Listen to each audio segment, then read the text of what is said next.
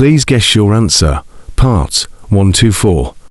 Questions number 1 to 40. And finally tally your answer with answer sheet. Answer sheet is in last of the video.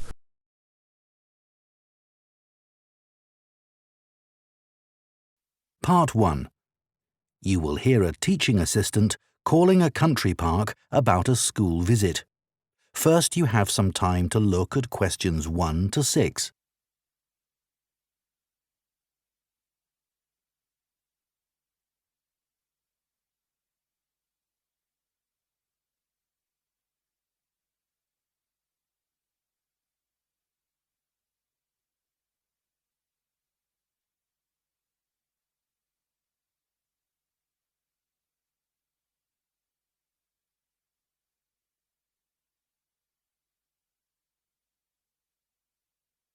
Now listen carefully and answer questions 1 to 6. Good morning, Hitchinbrook Country Park. Sally speaking. I'm one of the rangers. Oh, hello. My name's John Chapman, and I'm a teaching assistant at a local primary school.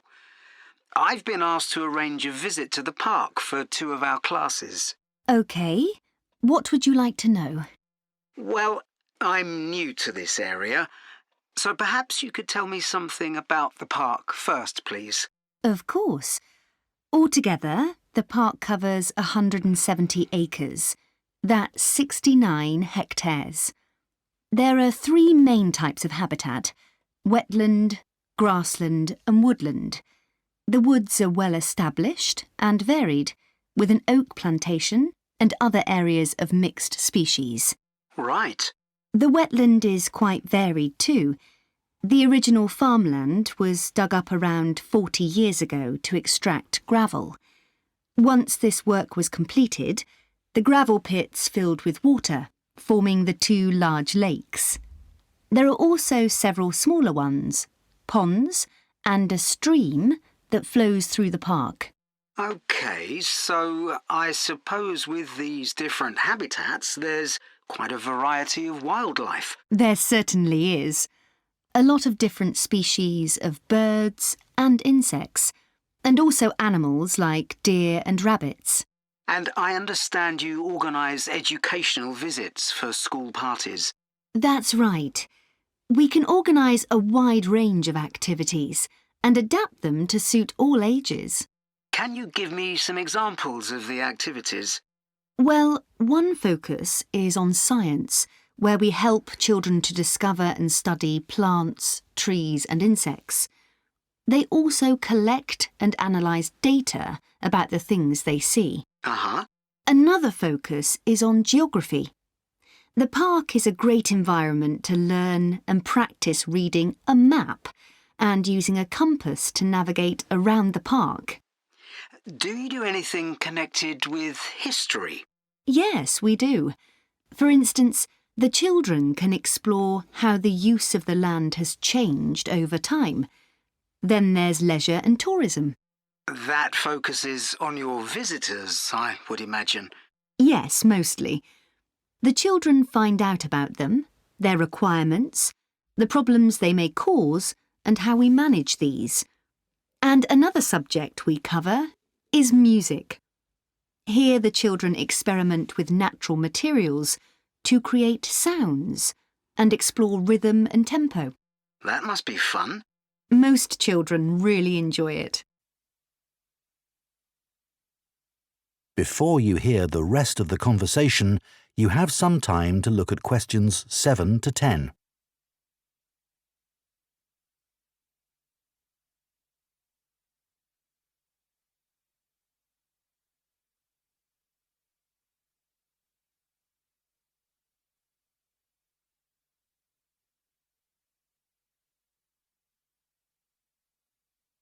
Now listen and answer questions 7 to 10. And of course, all the activities are educational too. Learning outside the classroom encourages children to be creative and to explore and discover for themselves. I would imagine they get a sense of freedom that might not be a normal part of their lives. That's right. And very often, the children discover that they can do things they didn't know they could do, and they develop new skills. This gives them greater self-confidence. It sounds great. So, what about the practical side of it? How much does it cost for a full-day visit? We would expect to bring between 30 and 40 children. If there are over 30, it costs £4.95 for each child who attends on the day. We invoice you afterwards, so you don't pay for children who can't come because of sickness, for example. There's no charge for leaders and other adults, as many as you want to bring. That sounds very fair. Well, thanks for all the information. I'll need to discuss it with my colleagues, and I hope to get back to you soon to make a booking. We'll look forward to hearing from you. Goodbye. Goodbye, and thank you. That is the end of Part 1. You now have 1 minute to check your answers to Part 1.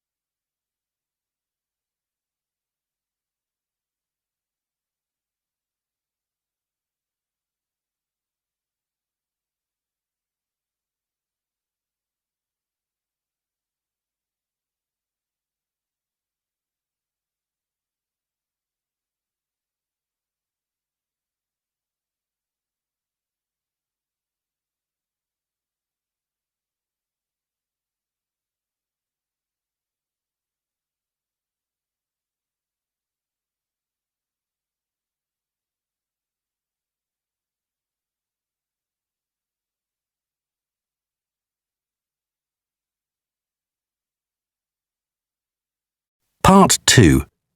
You will hear the chairman of Stanthorpe Twinning Association, which organises the link between Stanthorpe in England and a town in France, talking to members about the year's events. First, you have some time to look at questions 11 to 15.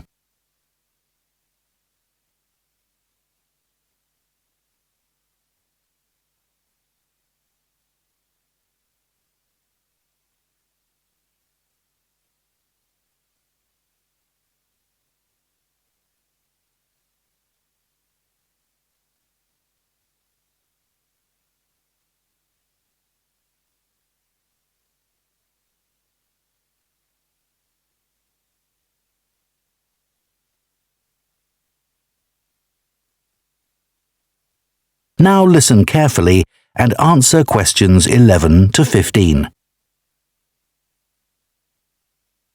It's great to see so many members of the Twinning Association here tonight. Since the twinning link between our two towns, Stanthorpe here in England and Malat in France, was established, the relationship between the towns has gone from strength to strength. Last month, 25 members of the association from Stanthorpe spent a weekend in Malat. Our hosts had arranged a great programme. We learned how cheese is produced in the region and had the chance to taste the products. The theme park trip had to be cancelled, but we all had a great time on the final boat trip down the river. That was the real highlight. This is a special year for the association because it's 25 years since we were founded. In Malat, they're planning to mark this by building a footbridge in the municipal park. We've been discussing what to do here, and we've decided to plant a poplar tree in the museum gardens. We considered buying a garden seat to put there, but the authorities weren't happy with that idea. In terms of fundraising to support our activities, we've done very well. Our pancake evening was well attended and made record profits. And everyone enjoyed the demonstration of French cookery, which was nearly as successful. Numbers for our film show were limited because of the venue, so we're looking for somewhere bigger next year. We're looking forward to welcoming our French visitors here next week, and I know that many of you here will be hosting individuals or families. The coach from France will arrive at 5 p.m. on Friday. Don't try to do too much that first evening, as they'll be tired, so have dinner in the house or garden rather than eating out. The weather looks as if it'll be okay, so you might like to plan a barbecue. Then the next morning's market day in town, and that's always a good place to stroll round. On Saturday evening, we'll all meet up at the football club, where once again we'll have Toby Sharp and his band performing English and Scottish country songs. Toby will already be well known to many of you, as last year he organised our special quiz night and presented the prizes.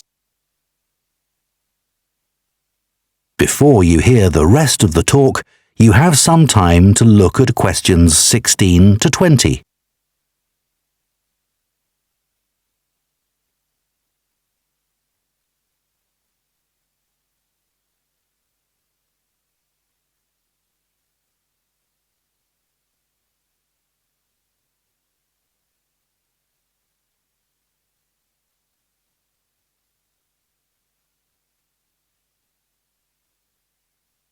Now listen and answer questions 16 to 20. Now, on Sunday, we'll be taking our visitors to Farley House. You may not all be familiar with it, so here's a map to help you. You can see the car park at the bottom of the map. There's an excellent farm shop in the grounds where our visitors can buy local produce. It's in the old stables, which is the first building you come to. They're built round a courtyard, and the shop's in the far corner on the left. There's also a small cafe on the right as you go in. I know that one or two of our visitors may not be all that mobile. The main entrance to the house has a lot of steps, so you might want to use the disabled entry. This is on the far side of the house from the car park. Children will probably be most interested in the adventure playground. That's at the northern end of the larger lake, in a bend on the path that leads to the lake. There's lots for children to do there. There are a number of lovely gardens near the house. The kitchen gardens are rectangular and surrounded by a wall. They're to the northeast of the house, quite near the smaller lake. They're still in use and have a great collection of fruit and vegetables. The Temple of the Four Winds is a bit more of a walk, but it's worth it. Take the path from the car park and go past the western sides of the stables and the house. Then, when the path forks, take the right-hand path.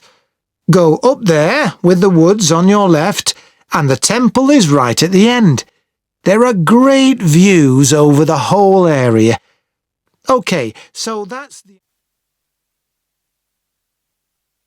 That is the end of part 2. You now have 30 seconds to check your answers to part 2.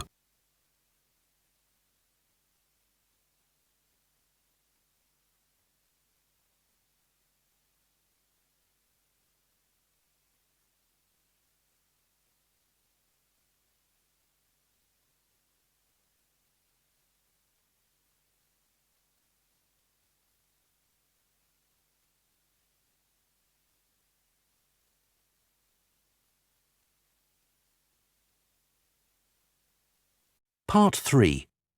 You will hear two food science students called Marie and Colin discussing their final year projects. First, you have some time to look at questions 21 to 24.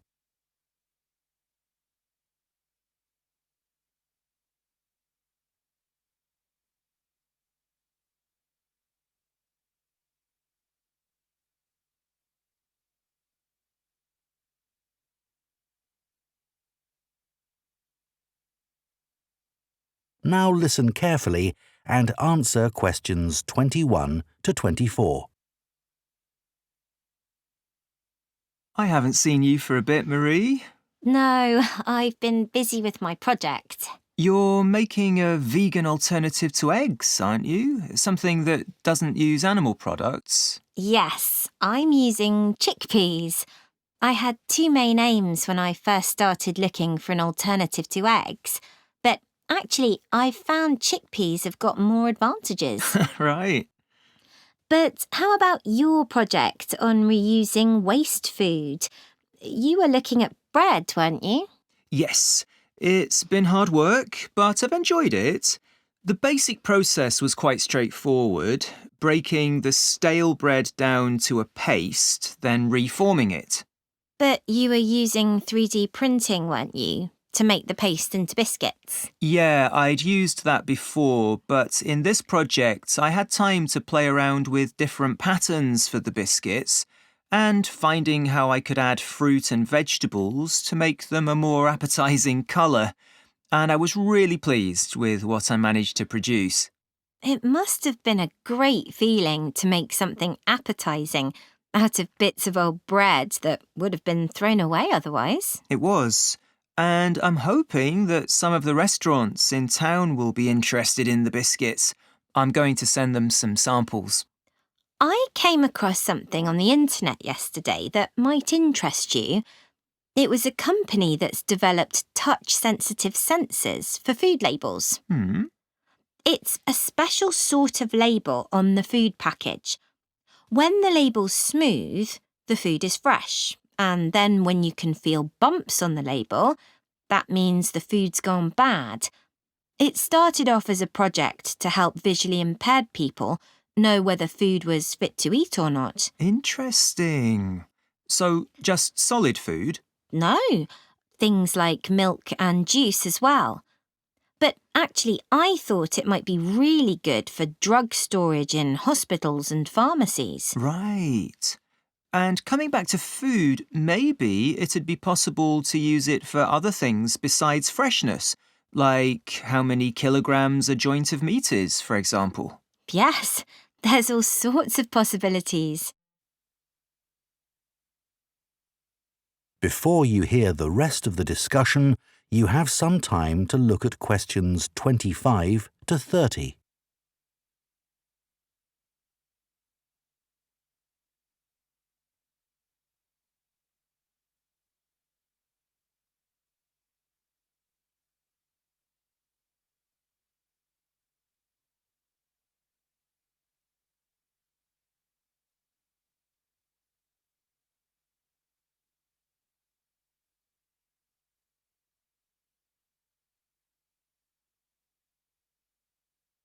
Now listen and answer questions 25 to 30. I was reading an article about food trends predicting how eating habits might change in the next few years. Oh, things like more focus on local products. That seems so obvious, but the shops are still full of imported foods. Yes, they need to be more proactive to address that. And somehow motivate consumers to change, yes. One thing everyone's aware of is the need for a reduction in unnecessary packaging. But just about everything you buy in supermarkets is still covered in plastic. The government needs to do something about it. Absolutely. It's got to change. Do you think there'll be more interest in gluten and lactose-free food? For people with allergies or food intolerances? I don't know. Lots of people I know have been buying that type of food for years now. Yes, even if they haven't been diagnosed with an allergy. That's right. One thing I've noticed is the number of branded products related to celebrity chefs. People watch them cooking on TV and then buy things like spice mixes or frozen foods with the chef's name on. I bought something like that once, but I won't again. Yeah, I bought a ready-made spice mix for chicken, which was supposed to be used by a chef I'd seen on television, and it didn't actually taste of anything. Did the article mention ghost kitchens used to produce takeaway food? No, what are they? Well, they might have the name of a restaurant, but actually they're a cooking facility just for delivery meals. The public don't ever go there. But people aren't aware of that. It's all kept very quiet. So people don't realise the food's not actually from the restaurant? Right. Did you know more and more people are using all sorts of different mushrooms now to treat different health concerns? Things like heart problems. They might be taking a big risk there. Yes, it's hard to know which varieties are safe to eat. Anyway, maybe now we should... That is the end of part 3. You now have 30 seconds to check your answers to part 3.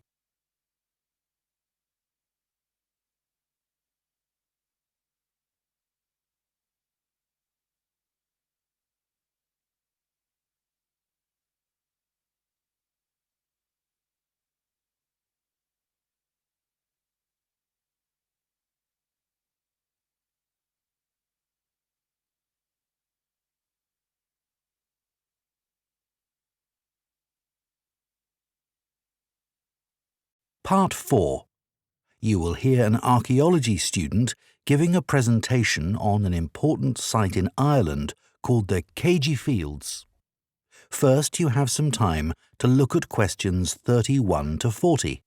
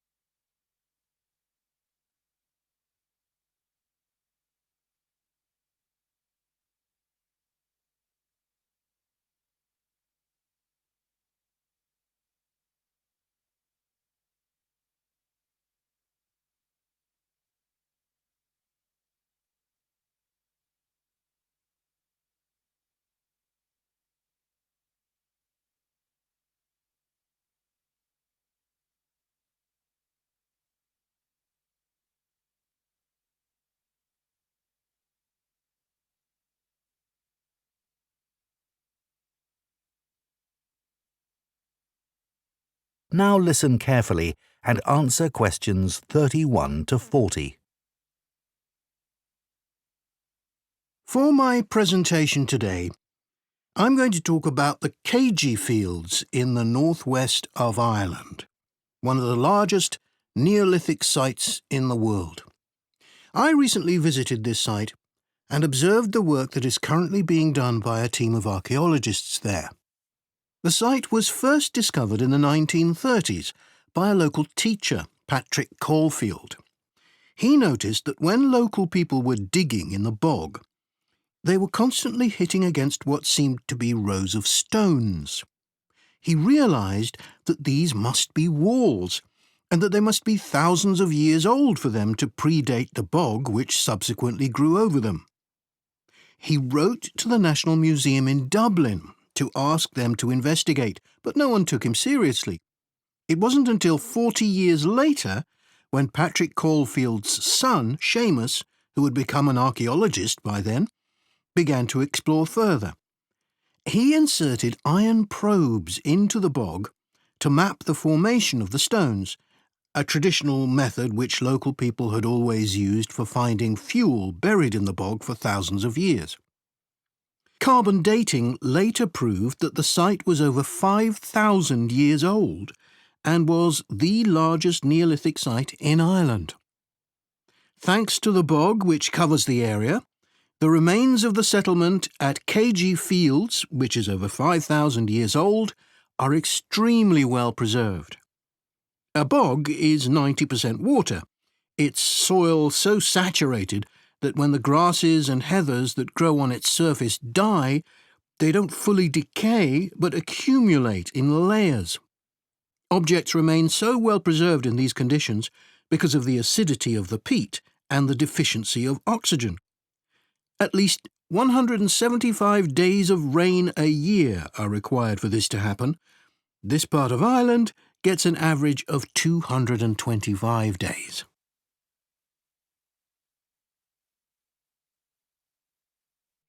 The Neolithic farmers at KG would have enjoyed several centuries of relative peace and stability.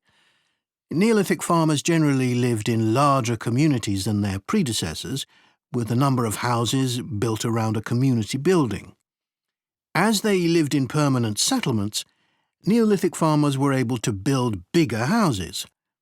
These weren't round, as people often assume, but rectangular, with a small hole in the roof that allowed smoke to escape.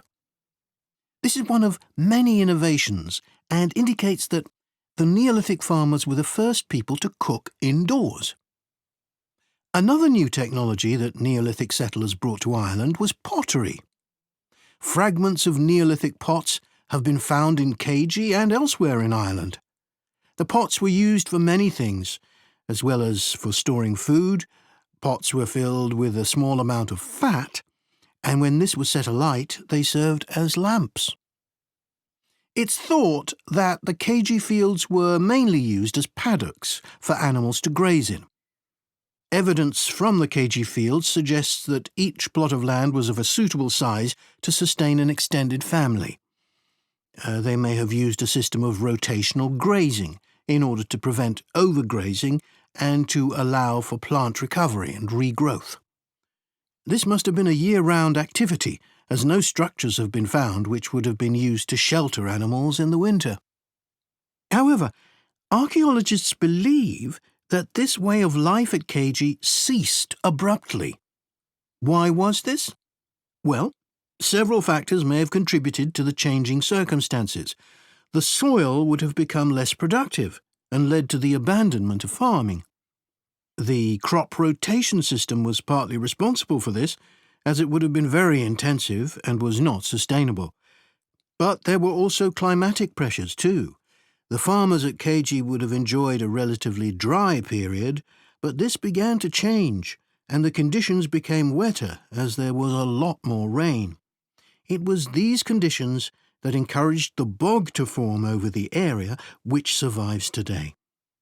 So now I'd like to show you some... That is the end of Part 4. You now have 1 minute to check your answers to Part 4.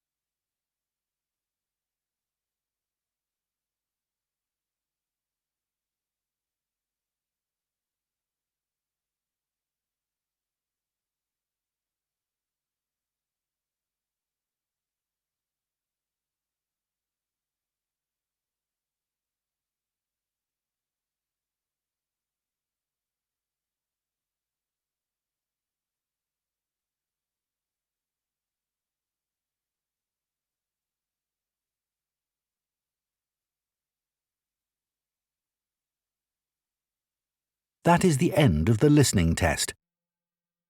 In the IELTS test, you would now have 10 minutes to transfer your answers to the listening answer sheet.